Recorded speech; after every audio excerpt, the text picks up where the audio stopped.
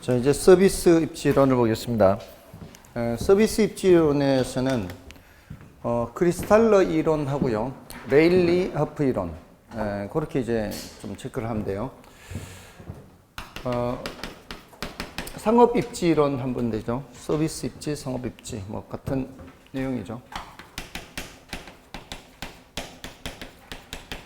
자, 일단 이제 크리스탈러의 이론은 크리스탈러라는 사람은 이제 그 거시적으로 봤어요. 이렇게 위에서 이제 지도를 펼쳐놓고 이렇게 내려다보듯이 평평한 곳에 사람들이 일정하게 분포가 되어 있고요. 똑같은 사람이에요.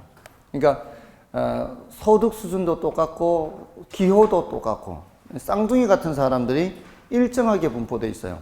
그리고 거기에 점포가 일정하게 분포되어 있는 거예요. 일정한 간격으로. 그러면은 이제 점포들이 자신의 상권을 이렇게 키워나갈 때 상권이 어떤 식으로 형성되는지 그 상권의 형성 과정을 본 사람이에요. 위에서 내려다보듯이. 여기는 개성이 없어요. 사람의 개성이라는 게 없죠. 그러니까 똑같은 사람이 있으니까. 그런데 그렇게 상권이 커져갈 때 처음에는 이제 원형으로 커져가는 거예요. 평평한 곳에 사방팔방 교통 조건이 똑같기 때문에. 그래서 원형으로 커져가다가 서로 부딪히면은, 그러면은 이제 서로 닿지 못하는 부분이 생겨요. 원형으로 이렇게 부딪히니까. 그러면 이제 그 부분을 서로 차지하게 하기 위해서 영역을 더 넓히는 과정에서 서로 상대방의 영역을 침범하게 되는 부분이 나타나고요. 그게 이렇게 되는 거죠. 서로 상대방의 영역을 침범하는 게 이렇게 되는 거죠. 그럼 이 부분을 서로 나눠 갖는 과정에서 어떻게 해요? 나눠 갖는 과정에서 육각형 형태의 이제 상권이 형성된다는 거거든요. 근데 이게 이런 정육각형의 형태의 상권이 중심지의 계층성에 따라서 중첩적으로 나타나는 거예요. 그러니까 저차 중심지라는 거는 좁은 상권의 형태로 정육각형이 나타나고, 좀 더 차원이 높은, 조금 더 높은 중심지는 조금 더 크게 나타나는 거죠. 그러니까 중심지의 규모가 커지면 커질수록 이 상권의 범위도 점점 커지는 거죠. 그래서 제가 어릴 때는 생각하기를 이 군청 소재지, 도청 소재지 뭐 이런 식으로 생각을 했어요. 제가 어릴 때 면 단위에 있잖아요. 전 시골에서 자랐으니까 면 단위가 있고 군 단위가 있고 하잖아요. 그럼 면 단위에서 면 소재지에서 살 수 있는 물건이 있고, 면 소재지에서는 못 사면 이제 읍내까지 나가야 되잖아요. 거기에서 살 수 없는 건 또 어디까지 가야 돼요? 대도시까지 가야 되죠. 제가 어릴 때는 저는 이제 본 적은 이제 면 소재지인데, 제가 자란 곳은 읍에서 자랐거든요. 근데 제가 자랐던 곳은 그 읍에서도 자동차를 구할 수가 없었던 것 같아요. 자동차 판매점이 없었던 것 같거든요. 그거 살려면 어디까지 가야 돼요? 대구시까지 가야 돼요. 대구. 이 군에서도 못 사고 대구까지 가야 돼. 뭔 뜻인지 아시겠죠? 그러니까 이게 중심지가 점점 더 커지는 거죠. 그러니까 그만큼 상권도 커지는 거고 취급하는 품목도 다양해지는 거죠. 근데 그런 것들이 굉장히 어떻게 보면은 상식적인 거잖아요. 근데 이 사람은 그거를 이제 이론으로 얘기를 한 거죠. 그래서 일단은 중심지가 이런 식으로 형성되는 중심지 형성 과정을 봤고요. 중심지 형성 과정. 근데 그 전제 조건이 뭐예요? 평평한 곳에 똑같은 사람이 일정하게 분포되어 있고 사방팔방 교통정보도 똑같고 이러니까 현실하고는 조금 거리가 멀잖아요. 그러니까 현실적으로 적용할 때는 여기에 이제 변형은 돼야 돼요. 변형은 돼야 되는데 기본적으로 이제 이 사람이 얘기한 용어들의 뜻을 좀 알아두시면 되는 거예요. 그게 이제 중심지가 뭐냐? 중심지는 배후지에 재화나 용역을 제공하는 장소, 이렇게 생각하면 되고요. 그리고 이 최소 요구치라는 게 있죠. 최소 요구치 또는 최소 요구 범위. 최소 요구치는 중심지가 기능을 유지하기 위해서 달성해야 되는 최소한의 매상고를 말하죠. 요거를 넘어서야 중심지가 성립할 수가 있잖아요. 그거 보는 게 바로 재화의 도달 범위예요. 재화의 도달 범위가 뭔가 하면은 이 중심지에서 이 재화가 소비되어서 여기까지 도달한다, 요 소리는 요 범위를 벗어나면은 이 중심지에 대한 고객이 존재하지 않는 것이 되는 거죠. 그러니까 이 재화에 대한 수요가 0이 되는 위치가 바로 재화의 도달 범위라 그래요. 근데 최소 요구치는 그거보다는 어때야 돼요? 최소 요구치는 그 안에 있어야 되죠. 요 안에 있어야 그래야 중심지가 그 기능을 계속해서 유지할 수가 있죠. 그러니까 요 최소 요구치는 최소한 요 범위 안에 있는 고객들이 여기 안에 와서 구매를 해줘야 이 중심지가 최소한의 매상을 달성한다라는 게 최소 요구 범위고요. 최소 요구 범위. 그때의 매상고를 최소 요구치. 그래서 최소 요구 범위보다는 뭐가 더 커야 돼요? 재화의 도달 범위가 더 커야 중심지가 성립한다는 거죠. 이런 개념들 이제 정리해 두시면 돼요. 중심지 성립 조건이죠. 중심지 성립 조건은 뭐가 뭐보다 커야 된다? 최소 요구 범위보다는 재화의 도달 범위가 더 커야 된다는 거죠. 그리고 이제 중심지의 계층성 이렇게 하면 돼요. 중심지 계층성. 중심지의 계층성은 피라미드 구조를 갖죠. 피라미드 구조를 가져서 저차 중심지에서 고차 중심지로 올라갈수록 중심지 개수는 점점 어떻게 돼요? 중심지 개수는 점점 작아지죠. 개수는. 중심지 개수가 많잖아요. 예를 들어 편의점 같은 거. 편의점 개수는 많잖아요. 근데 동네 큰 슈퍼는 어때요? 더 적죠? 동네 큰 슈퍼는 편의점보다는 개수가 적잖아요. 그 다음에 대형 할인 매점은 어떻게 돼요? 대형 할인점은 더 적잖아요. 이게 이제 중심지의 계층성이라고 보시면 돼요. 그러니까 편의점에서 취급하는 품목보다는 동네 큰 슈퍼에서 취급하는 품목이 더 크죠. 더 많죠. 대형 할인점에서 취급하는 품목이 더 많죠. 그런 식이죠. 그리고 이 각각의 중심지가 커버하는 상권 범위가 어떻게 돼요? 얘가 이 커버하는 상권 범위가 훨씬 더 넓죠. 이 안에 이제 여러 개의 중차 중심지가 있고 그 안에 다시 저차 중심지가 있고 이런 게 이제 중심지의 계층성을 말하는 거예요. 이런 정도 체크를 하시면 되겠어요.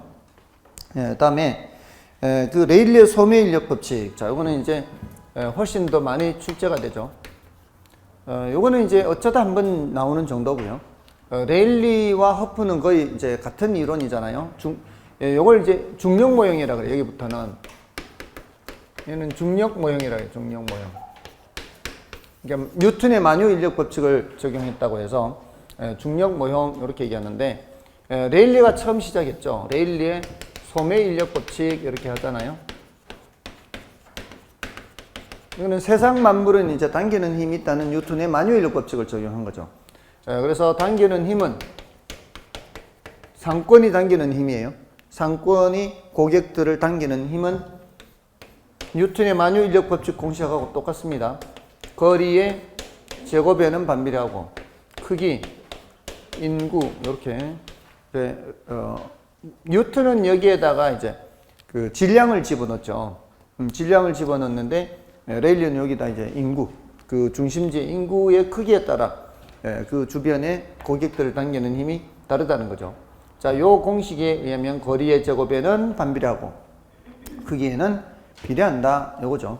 그러니까 요 이론적으로는 이게 더 이상의 내용이 없어요. 이게 다예요. 이론적으로는.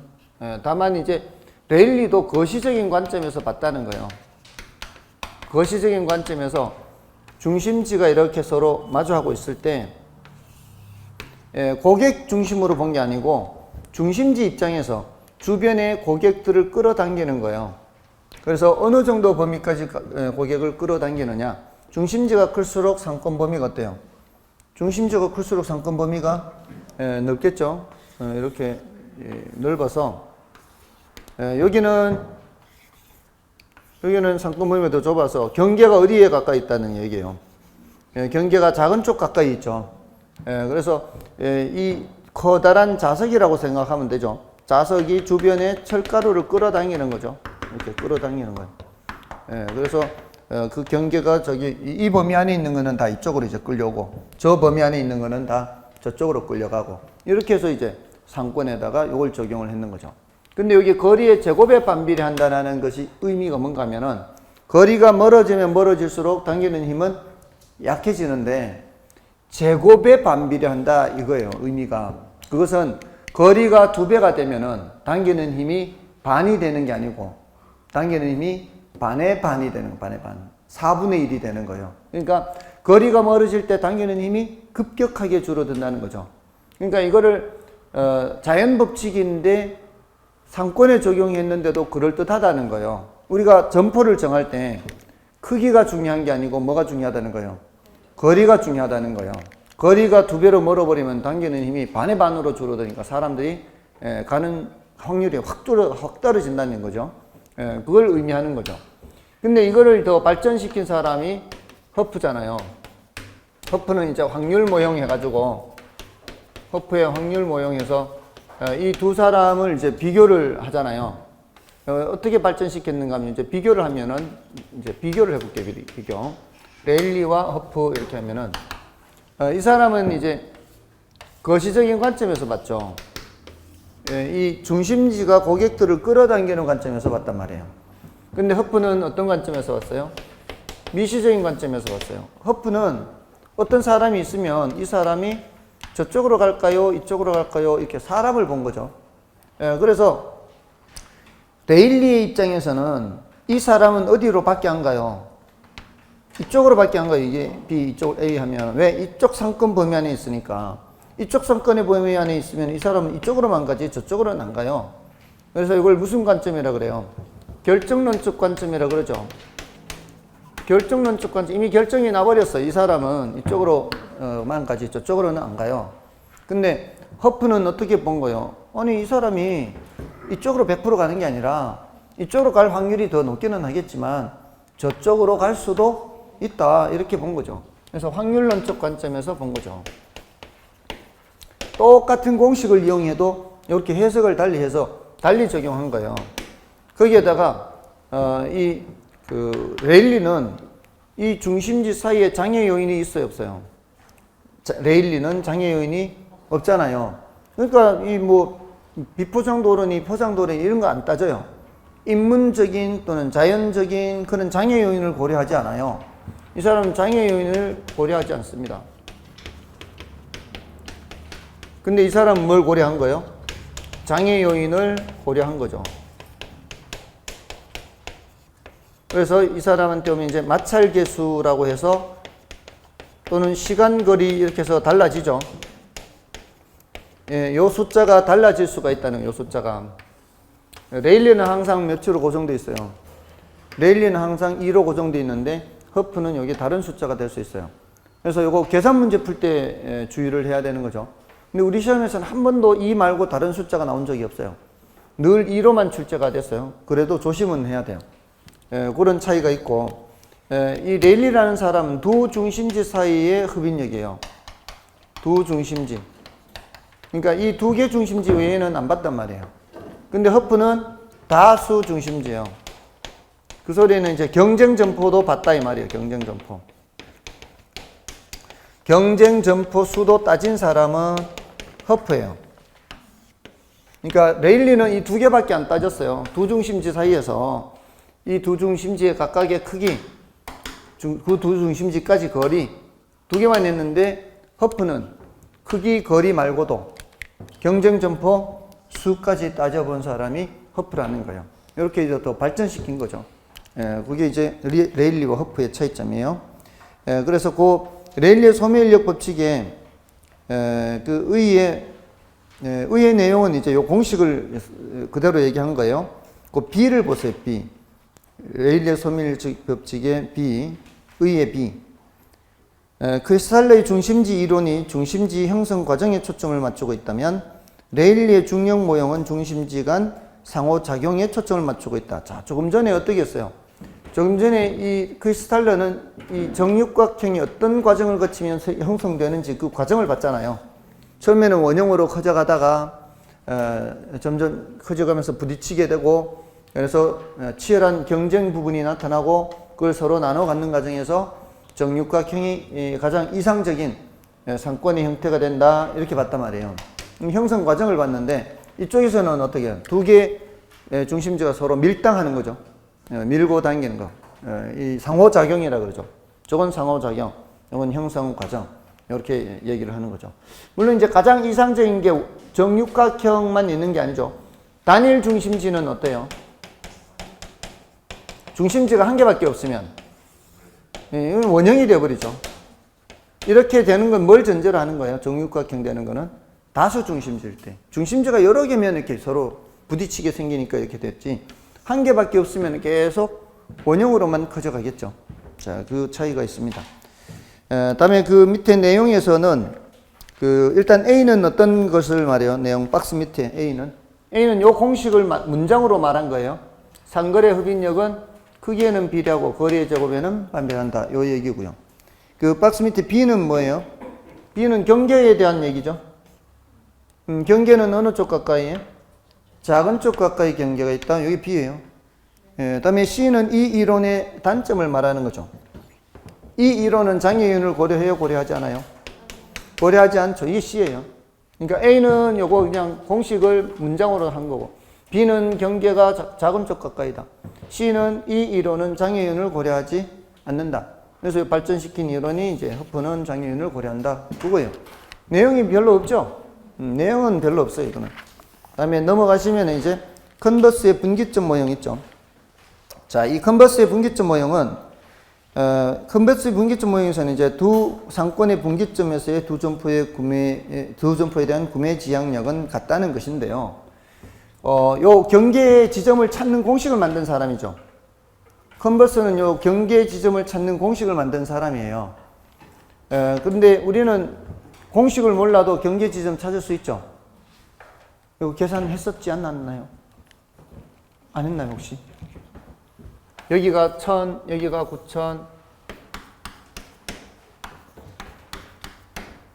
여기 거리가 뭐 12km다 이렇게 있으면 경계가 되는 지점은 어딜까요? 이렇게 한 적이 있지 않나요?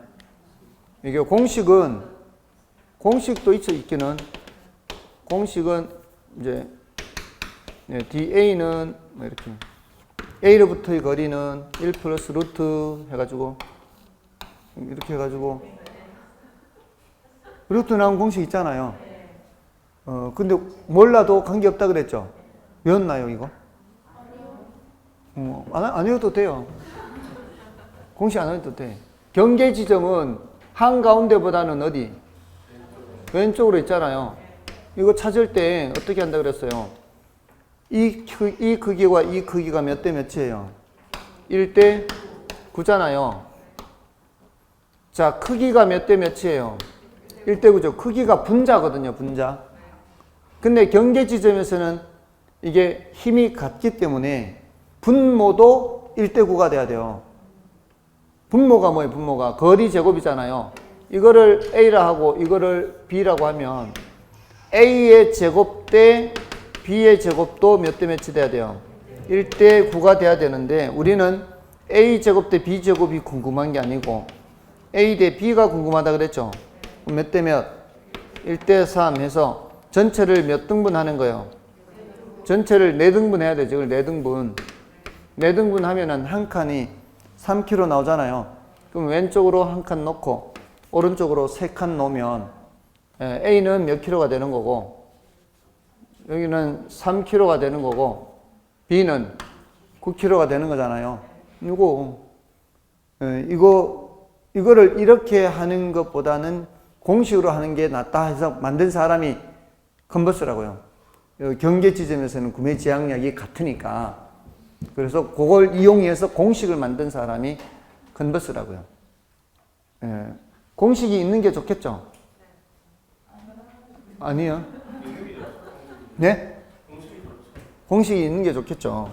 왜냐하면 숫자가 이게 뭐 10kg 이러면 어떡할 건데 이게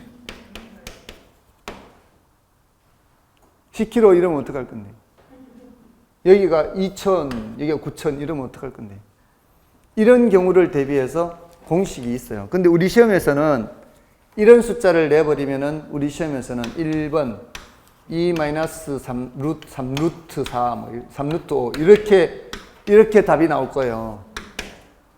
이런 거 출제하겠어요, 안 하겠어요? 네, 이런 거 출제 안 한다 이 말이에요. 이런 게 이게 수학 시험이지 이게. 그러니까 이런 거 안 하고 우리 시험에는 딱딱딱 떨어지는 숫자로 출제할 거 아니에요. 그럴 때는 이게 제곱수로 나올 수밖에 없다 이 말이에요.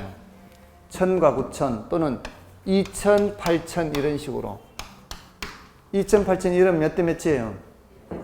1대 4잖아요. 1대 4면은 크기가 1대 4면 A 제곱 대 B 제곱도 1대 4가 돼야 되고 그럼 A 대 B는 1대 2고 이때는 몇 등분? 3등분. 이게 쉽겠어요? 공식 외워서 하는 게 쉽겠어요? 그는 아니 뭐 편할 대로 하세요. 공식 외우는 게 편하면 그렇게 하고 몇 대 몇이 편하면 몇 대 몇으로 하고 아시겠어요? 자 아무튼 그 컨버스는 그런 사람이라고요. 자 다음 이제 허프를 보십시오. 자 허프는 기억에 크리스탈러의 중심지 이론 이후 많은 이론들이 거시적 분석에 치우친 편이었으나 허프는 수요자의 개성 즉 미시적 분석에 관심을 두고 중심지 이론을 전개하였어요. 이건 사람을 위주로 봤다는 얘기죠. 그래서 사람을 봤기 때문에 어떻게 봤어요? 두 번째 줄에 보세요. 두 번째 줄에 그 구매 중심점은 소비자의 기호와 소득 정도, 교통의 편의 관계 등 소비자 행태를 고려해야 된다 그런 거예요. 미시적인 관점에서 봤기 때문에. 그래서 그렇게 해서 선택된 상품을 판매해야 된다는 거죠. 그런 확률 이론을 이제 주장했고요. 자, 그래서 디귿에 뭐가 나와요? 디귿에 두 번째 줄에 있어요. 그 확률이라는 게 행선지까지 거리 있죠, 거리. 그리고 뭐도 봤어요? 쇼핑센터 수, 경쟁 점포 수도 봤잖아요. 그리고 뭐도 봤어요? 쇼핑센터의 크기. 그러니까 세 가지죠, 세 가지. 거리, 크기, 수. 거리와 크기만 본 게 아니고 뭐도 봤다는 거예요. 경쟁 점포 수도 봤다는 거예요. 예, 그렇게 해서 얘기했고요. 다음에 ABC는 뭐 여러분이 읽어보셔도 될 것 같고요. 특별히 어려운 것은 아니고요. 다음에 리얼에서는 어떤 내용이 나오는가 하면은 그 세 번째 줄에 현실적인 장애물 요거 있죠. 현실적인 장애물. 레일리는 현실적인 장애물을 고려해야 하네요. 고려 안 하잖아요. 근데 허프는 현실적인 장애물을 고려했다. 그래서 뭐라고 한다? 마찰계수 또는 시간거리 개념을 도입한 거죠. 자, 그럼 됐고요. 그 다음에는 이제 그 점포의 유형이죠. 점포 유형에서는 집집국산 전선편 이렇게 하면 돼요. 집집국산 전선편.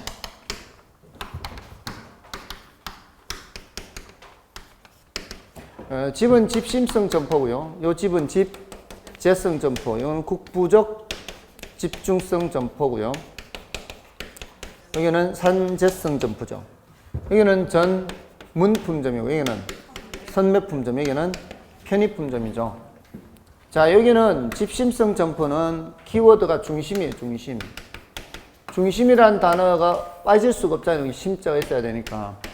근데 여기는 중심이란 단어가 있으면 돼요, 안 돼요? 안 돼요, 여기 집재성에는. 그래서 이거는 배우지의 중심에 입지하는 것이 유리한 점포 이렇게 돼요. 설명할 때.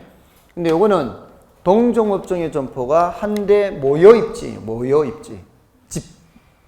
집하잖아요. 집은 모인다는 얘기 아닌가요? 집재, 한데 모여 있는 거. 그 다음에 국부적 집중성 점포는 국부적 중심지에 자리 잡는 게 유리한 점포. 그 다음에 산재성 점포는 분산 입지하는 거예요. 동종업종의 점포가 분산 입지하는 거. 그래서 대체로 이 전문품점 있죠. 전문품점은 구매를 위한 노력이나 비용을 아끼지 않아요. 구매를 위한 노력이나 비용을 아끼지 않는 게 이제 전문품점인데 얘네들은 대체 어디에 가깝다는 거예요? 집심에 가까워, 집심에. 전문품점들은. 그러니까 배우지의 중심에 있으면 거리가 멀 거 아니에요, 이게. 이쪽은. 분산 입지하면 어때요, 점포들이? 분산 입지하면은 각각의 점포의 상권 범위가 어떻게 돼요? 각각의 점포의 상권 범위가 이렇게 좁아지잖아요. 그러니까, 고객들이 이 중심지까지 가는 거리가 어때요? 비교적 짧잖아요. 그렇잖아요. 이 분산돼 있으면은 점포들이. 근데 배우지 중심에만 있으면 어떻게 해요? 배우지 중심. 거리가 멀잖아요, 이렇게. 그러니까 가까이 있는 사람도 있겠지만 멀리 있는 사람은 멀리 가야 되잖아요. 그러니까 그럼에도 불구하고 사람들은 간다, 안 간다? 그럼에도 불구하고 간다는 거죠. 이런 점포들은. 근데 선매품점은 뭐예요? 비교 후 구매요. 비교하려면 어떻게 해야 돼요? 점포가 한데 모여 있어야 될 거 아니에요. 그러니까 집재성이죠. 그러니까 가구점 같은 거 모여 있지 않나요? 가구점, 의류, 옷 이런 것들은 한데 모여 있잖아요. 물론 이제 선매품점도 이렇게 되는 경우도 있기는 하죠. 집심도 있기는 한데 이 집재에 가깝다 이렇게 보시면 돼요. 예전에는 옷가게는 대체로 시내에 있었지 않았나요? 요즘은 바깥쪽에도 있잖아요. 바깥쪽에 이렇게 무슨 아울렛 해가지고 이렇게 따로 해가지고 이렇게 한데 그것만 따로 이렇게 모아 놓잖아요. 예전에는 그런 게 별로 없었잖아요. 대체로 옷 같은 거 사려고 해도 시내로 가야 되지 무슨 아울렛 이런 게 없었잖아요. 근데 지금은 뭐 따로 이렇게 외곽에도 그런 아울렛 있잖아요. 한데 모여 있는 거죠. 그다음에 국부적 집중성 점포는 뭐 별로 중요도가 높지는 않고요. 이것은 주로 농공과 관련해서 농공, 뭐 종묘 또는 뭐 농기구, 뭐 이런 것들, 철공소. 근데 이건 별로 중요한 거 아니에요, 사실은. 옛날하고 지금하고 많이 지금 시장 상황이 바뀌었기 때문에 좀 이게 한 6, 70년 된 이론이거든요, 이게. 5, 60년. 그거하고 지금하고 많이 시대 상황이 바뀌었죠. 그래서 잘 안 맞습니다.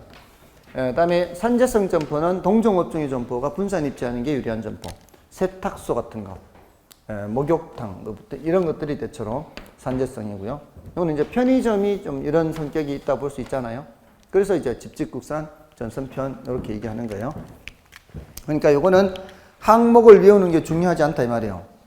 항목을 외우려고 하기보다는 그 용어의 뜻을 파악하는 게 더 중요하다 이 말이에요. 아시겠죠? 자, 넘어가시고요. 자, 이제 지대론, 지가론 가겠습니다. 자, 이 지대론은 지대가 뭐예요, 지대? 지대는 토지 임대료죠. 토지 임대료입니다. 그러니까 임대료 생각하는데 그게 이제 토지 임대료의 경우에는 특별히 뭐라고 하는 거예요? 지대라고 하는 거죠. 지대. 자, 여기서 말하는 지대로는 이제 200년 전 유럽부터 시작하는 거죠. 200년 전 유럽의 지대론을 얘기하는데 일단 지대와 지가의 관계에서 지가는 뭐분의 지대라 그래요? 이자율분의 지대 이렇게 해요. 이자율분의 지대. 근데 이 공식이 여러분들 앞에 투자 가치는 요구 수익률 분의 장래 기대 수익 이거 혹시 기억나세요? 기억나세요? 했어요, 안 했어요? 했죠? 자, 요거하고 구조가 똑같아요. 여기는 이자율, 시장 이자율이잖아요. 시장 이자율 들어가니까 시장에서의 객관적 가치, 지가가 나오는 거예요. 요거 주관적이에요, 객관적이에요? 요거 수익률은? 주관적이잖아요. 그러니까 요거 가치, 주관적 가치예요, 객관적 가치예요? 요거 주관적 가치라고 하지 않았나요? 투자 가치와 시장 가치 설명하지 않았었나요? 시장에서 파는 게 1,000원에 파는데 1,000원에 파는데 내가 봤을 때는 2,000원은 돼 보여요. 사요? 안 사요?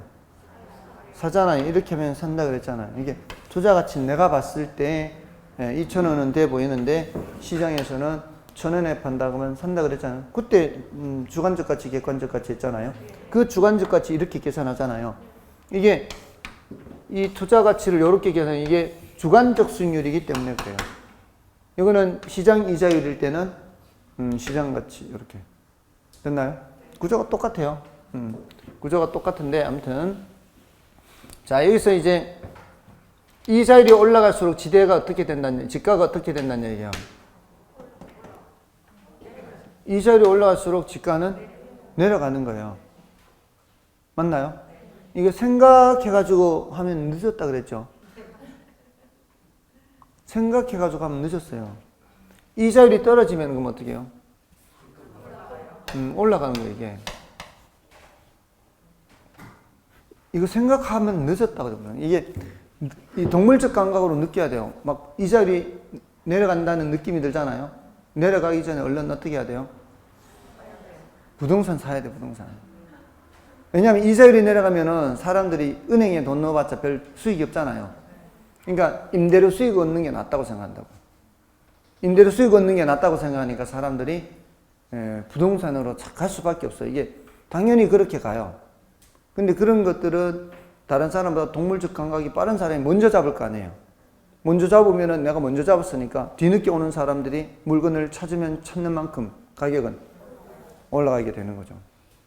그리고 이자율이 이자율이 올라갈 것 같으면 어떻게 해요? 얼른 부동산을 팔아야죠. 이자율이 올라갔다면 수익성 부동산, 특히 수익성 부동산이죠. 특히 수익성 부동산 같은 경우에는 가격이 더 떨어질 가능성이 많아요. 근데 이제 주택 가격도 만만치는 않아요. 왜냐하면 주택의 경우에는 담보대출을 받았기 때문에 이자율이 올라가게 되면은 이게 부담이 점점 커지게 되잖아요. 그러면서 시장에 매물이 나오기 시작해요. 이 부담 때문에. 그래서 가격이 떨어질 수도 있거든요. 그러니까 주택은 좀 덜 영향받아요, 사실은. 그래도 어쨌든 버티려고 하는 거죠. 근데 이거는 수익성 부동산은 수익이 떨어지면은 사람들이 다 안 하려고 한다고요. 이게 더 가격 변동폭이 크다고요, 수익성이. 주택보다는. 아무튼, 이런 것을 좀 감각을 좀 갖고 계시고요. 그 다음에 지대는 어때요? 지대가 올라갈수록은 지가는, 얘네들은 비례죠. 이건 반비례고. 맞나요? 그 다음에 지대는 유량으로 측정하고 지가는 저량으로 측정하죠. 임대료는 유량이잖아요. 근데 가격은 뭐예요? 저량이죠, 저량. 그래서 이거는 저량, 이거는 유량. 자, 일단 기본적인 내용이고요. 다음에 이제 그 지대 논쟁이 있죠. 지대 논쟁. 지대에 관한 논쟁해서, 자, 이거는 이제 고전학파하고 신고전학파의 지대 논쟁이죠. 고전학파와 신고전학파의 지대 논쟁. 요거는 배경이 농업생산이 배경이라 그랬죠. 여기는 공업생산이 배경이다 이렇게 했죠. 자, 농업생산이 배경인 상황에서는 생산 요소를 볼 때는 토지를 뺄 수가 없죠. 생산 요소를 볼 때 노, 자, 토 이렇게 이제 세 가지를 다 봐요. 근데 여기는 생산 요소를 노, 자, 토를 빼는 거죠.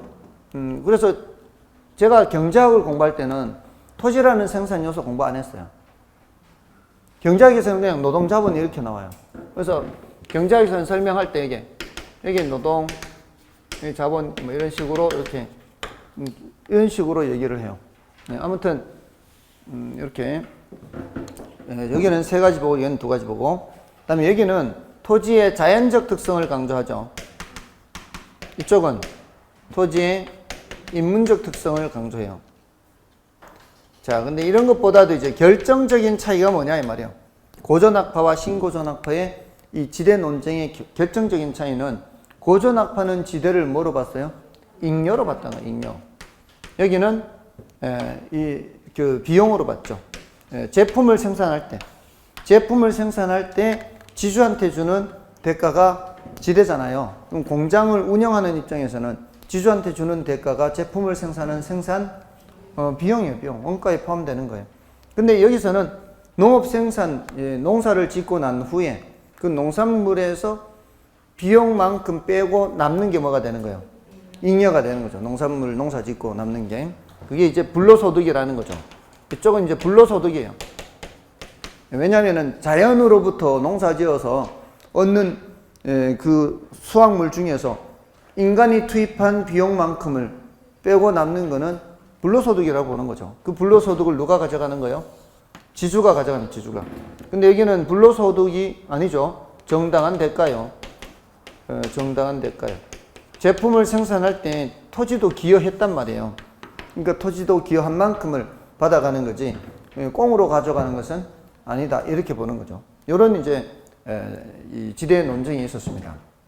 자, 요런 이제 지대 논쟁이 있었고요. 구체적으로 이제 지대론 하면은 이제 사액 지대론하고 위치 지대론하고 이제 절대 지대론, 자, 일단 요렇게 하고요. 요거는 이제 농경지와 관련된 지대, 주로 농경지와 관련된 지대인데, 이거 말고 이제 입찰 지대 더 있죠. 지대론에서는 일단 요 네 가지가 중요해요. 네 가지는 이제 꼭 알아두시고요. 요 입찰 지대는 여기 위치 지대를 도시 토지에 적용한 거예요. 그리고 차액지대, 위치지대, 절대지대에서 일단 차액지대는 키워드가 뭐예요? 비옥도죠, 비옥도. 이걸 꼭 기억해야 돼요. 지대 차이는 뭐 차이 때문에 나타난다? 비옥도 차이 때문에 나타난다는 거죠. 어떤 땅은 비옥도가 높고 어떤 땅은 비옥도가 낮아서 비옥도가 높은 땅은 지대가 높고 비옥도가 낮은 땅은 지대가 낮다는 거잖아요. 근데 그러려면은 전제 조건이 뭔가 하면은 비옥도가 높은 땅이 무한한 거예요? 한정되어 있는 거예요? 한정되어 있어야 돼요. 무한하면은 비옥도 높은 땅 다 농사 지으면 되니까. 두 번째, 수학 체감의 법칙이 성립해야 돼요. 수학 체감의 법칙이 성립하지 않으면 그 비옥도 높은 땅에다가 계속해서 사람만 투입하면 되는 거예요. 계속해서 사람만 투입하면 계속해서 생산량이 늘어나면은 굳이 비옥도가 낮은 땅 농사 지을 이유가 없는 거죠. 근데 한계가 있잖아요. 사람 계속 투입한다고 해서 계속 생산량이 늘어나지는 않잖아요. 그게 뭐가 발생한다는 거예요? 수학 체감의 법칙이 발생하는 거예요.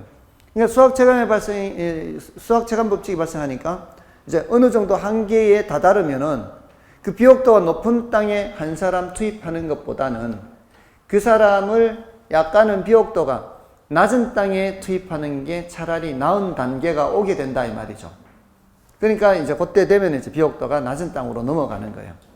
그래서 비옥도가 낮은 땅에 또 한 사람, 두 사람 넣었을 때, 그 밑에 비옥도가 낮은 땅에 농사 짓는 게 차라리 더 나은 단계가 또 온다는 거죠. 이런 식으로 수학 체감의 법칙하고 뭐를 가정해요? 비옥한 토지는 유한하다. 그러니까 이제 비옥도에 따라서 점점 내려가는 거죠. 그래서 점점점 내려가서 최열등지에 가면 어떻게 돼요? 최열등지에 가면은 생산물 가치에서 비용 다 빼고 남는 게 있어요, 없어요? 남는 게 없어요. 여기는 지대가 뭐가 되는 거예요? 지대가 0이 된다는 거죠. 근데 이제 위치지대는 이제 아까 얘기했듯이 거리가 멀면 멀수록 수송비가 점점 더 많이 발생하니까 여기는 이제 수송비 절약분이 지대가 돼요. 안으로 들어갈수록 어떻게 해요? 도심으로 들어갈수록 수송비가 절약되잖아요. 그만큼이 지대가 되는 거죠. 반대로 바깥으로 나갈수록 지대는 점점 낮아지다가 지대가 0이 되는 위치가 나타나잖아요. 그거는 뭐예요? 한계지가 되는 거죠. 아까 여기 그래프 그렸잖아요. 이렇게 여기서부터 이제 적자예요, 적자. 여기는 이제 지대가 0이 되는 거죠. 자, 그래서 그 한계지, 여기서도 한계지에서는 지대가 있어요, 없어요? 지대가 없다는 거죠. 이런 최열등지 또는 한계지에서는 지대가 없다는 건데, 이 이론들은. 근데 절대지대는 그게 아니잖아요. 그런 땅을 실제로 조사해서 가봤더니만 그런 땅에도 지대가 있더라는 거죠. 그 지대는 어떤 지대예요? 바로 절대지대죠. 그런 한계지에서도 지대가 발생하는 거. 그건 어디에서 나오는 거예요? 농민이 먹고 살아야 될 1년간의 양식 중에 나오는 거예요. 농민이 먹고 살아야 될 1년간의 양식은 어디에 포함되어 있는 거예요? 생산비에 포함되어 있는 거거든. 생산비에 해당하는 만큼을 농민이 자기 인건비만큼을 가져가야 될 거 아니에요. 농민이 자기 인건비만큼을 가져가야 1년간 먹고 살 거 아니에요. 근데 인건비만큼을 가져가요? 못 가져가요? 못 가져간단 말이에요. 이론적으로는 여기 0이어서 딱 농민이 자기 인건비만큼을 가져간다라고 얘기를 하는데 그건 이상적인 거고 현실적으로는 그런 땅에도 지대가 있어서 농민이 1년간 먹을 양식을 충분히 못 가져가요. 그러니까 봄이 되면 굶는 현상이 나타날 수 있다는 거죠. 그러니까 여기는 최열등지 또는 최열등지 또는 한계지에도 지대가 존재해야 하네요. 여기에도 지대가 존재하는 거죠. 그 지대는 절대지대라고 하고 그러니까 농민이 가져가야 될 몫을 다 못 가져간다 이 말이에요. 그러니까 이제 마르크스는 뭐라고 얘기해요? 착취한다, 착취. 근데 그 사회 관행이 그런 건데 사실은 뭐 이렇게 빼앗기 위해서 빼앗는 게 아니라 그 관행이 그렇다는 거예요. 근데 그 절대지대가 이 토지 소유 자체로부터 발생한다는 거예요. 토지 소유 자체로부터. 그러니까 토지를 갖고 있는 사람이 자기가 갖고 있는 땅이 아무리 척박한 땅이라 해도 빌려줄 때 공짜로 빌려준다, 안 빌려준다? 공짜로 안 빌려주잖아요. 아무리 척박한 땅이라도. 그래서 이런 토지 소유 자체로부터 이게 발생한다는 절대지대감. 그런 내용이고, 그 다음에 입찰지대는 뭐예요? 요거 위치지대를 도시에 적용했으니까 요거를 이제 주상공 이렇게 이제 도시토지 용도로 이제 얘기를 하죠. 그러면서 특징이 뭐예요? 입찰이라는 게 지금 듣고 있죠? 지금 여러분들을 위해서 얘기한 것도 있지만 동영상 수업 듣는 사람들을 위해서도 한 얘기도 있어요. 동영상 수업 듣는 사람은 훨씬 더 졸아요, 여러분들보다. 그러니까 여러분들만 조는 건 아니에요, 사실은. 그러니까 사실은 제가 한 시간에 두 번씩 관리를 해야 돼요. 원래는. 아무튼 자, 입찰지대는 입찰 붙이는 거 아니에요. 입찰이 뭐 경매 붙이는 거 아니에요. 경매 붙였을 때 누가 제일 많이 써내느냐, 그 제일 많이 써내는 사람이 낙찰받는 거 아니에요. 근데 도심으로부터 거리가 이제 떨어지는 요 토지들을 다 경매 붙이는 거잖아요. 그럼 제일 안쪽은 누가 제일 많이 써내고요. 이 세 사람 중에서 상업용이 제일 많이 써내겠죠. 그 다음은 이렇게 이제 제일 안쪽은 이게 상업용이 제일 많이 써내고, 그 다음은 주거용 아닐까요? 도심에 공장 있는 거 봤어요? 주택은 있을지라도 공장은 없잖아요. 그 다음에 이제 공장 이렇게 되겠죠. 근데 저 바깥에 저 먼 곳에 주택이 있을 가능성이 높아요? 공장이 있을 가능성이 높아요? 공장이 있을 가능성이 더 높죠. 그러니까 공장은 저 먼 데까지도 이렇게 경매 참여해요. 어느 정도는 이점이 있으니까 금액을 써낼 수 있다고요. 근데 상업용은 저 먼 데 가면은 점포 차려봐야 사람들 찾아오지도 않는데 그 마을로 가겠어요. 이 사람은 이렇게 급격하게 내려가 여기만 벗어나면 사람들 이제 찾아오지도 않아. 이런 식이란 얘기. 이렇게 뭔 뜻인지 아시겠죠? 그러면은 각각의 용도대로 써내는 금액이 다르죠. 그래서 제일 많이 써내는 위치가 달라요. 제일 많이 써내는 위치가 여기서, 요거는 누가 제일 많이 써내고요. 상업용이 제일 많이 써내고, 그 다음은 여기까지는 주거용이 제일 많이 써내겠죠. 그 다음은 공업용이 이제 제일 많이 써내는 거죠. 그래서 각각의 입찰지대 곡선은 이렇게 달라요. 각각의 입찰지대 곡선, 상업용의 입찰지대 곡선, 주거용의 입찰지대 곡선, 공업용의 입찰지대 곡선, 이렇게. 근데 도시 전체 입찰지대 곡선은 꺾인 선이 된다 이 말이에요. 됐나요? 근데 이게 업종을 다양하게 해서 무수히 많은 업종으로 하면은 이렇게 부드럽게 연결이 될 거예요. 그래서 저 도시 전체 입찰지대 곡선, 요거를 어떻게 표현하나 한가면은 생산 요소 간 대체가 가능하고 무수히 많은 업종이 있다면 입찰지대 곡선은 원점을 향해서 볼록한 이런 형태의 곡선이 될 것이다. 이렇게 얘기를 해요. 이런 걸 다른 표현으로 우하향하는 지수곡선이다. 이렇게도 표현해요. 우하향하는 지수곡선. 여러분들 고등학교 때 배웠던 지수함수 있잖아요. 예, 그거 말하는 거예요. 지수함수. 자, 이런 식으로 이제 그려지는데요. 뭐 입찰지대의 이제 의미는 파악을 해야 되죠. 입찰지대의 뜻은 뭐예요? 입찰지대란 자기가 써내는 금액이잖아요. 써내는 지대. 내가 자신 입장에서, 그럼 상업용은 상업용 입장에서, 주거용은 주거용 입장에서 자기가 낙찰받기 위해서는 얼마만큼을 써내야 돼요? 자기가 써낼 수 있는 최대한을 써내야 되잖아요. 최대 지불용액, 최대 지불용액. 근데 이 최대 지불용액만큼 써내면은 초과이윤이 있어요, 없어요? 초과이윤은 없어요. 남는 거 없는 상태. 그러니까 이 최대 지불용액을 써내려면은 최소한 자기가 이 토지를 이용했을 때 발생하는 비용은 뽑아야 되죠. 뭔 뜻인지 아셨어요? 총 수입에서 뭐는 빼야 돼요? 비용은 빼야 되죠. 뭐도 빼야 될까요? 정상이윤도 빼야 돼요. 정상이윤은 최소한 확보해야 되는 거죠. 다른 거를 했을 때 얻을 수 있는 이윤만큼은 얻어야 될 거 아니에요. 그러고 남는 게 뭐가 되는 거예요? 입찰지대가 되는 거예요. 뭔 뜻인지 아시겠죠? 이 토지를 이용해서 얻을 수 있는 총수입에서 비용 빼고 뭐도 빼야 돼요. 정상 이윤까지 빼고 남는 게 지불할 수 있는 최대 금액이 되는 거죠. 자, 이렇게 이제 생각하시면 되겠고요. 자, 이제 교재에서는 뭐 이거는 분량은 얼마 안 되니까 이건 여러분들이 읽어보시면 되겠죠. 네, 교재에서 읽어보시고요. 60쪽에 가시면은 그 정리되어 있는 것도 있어요. 차익지대, 입지대, 뭐 위철지대, 입철지대. 자, 그건 이제 여러분들이 확인하시고요. 좀 쉬고 이제 나머지 내용들을 좀 더 확인해 보겠습니다. 좀 쉬겠습니다.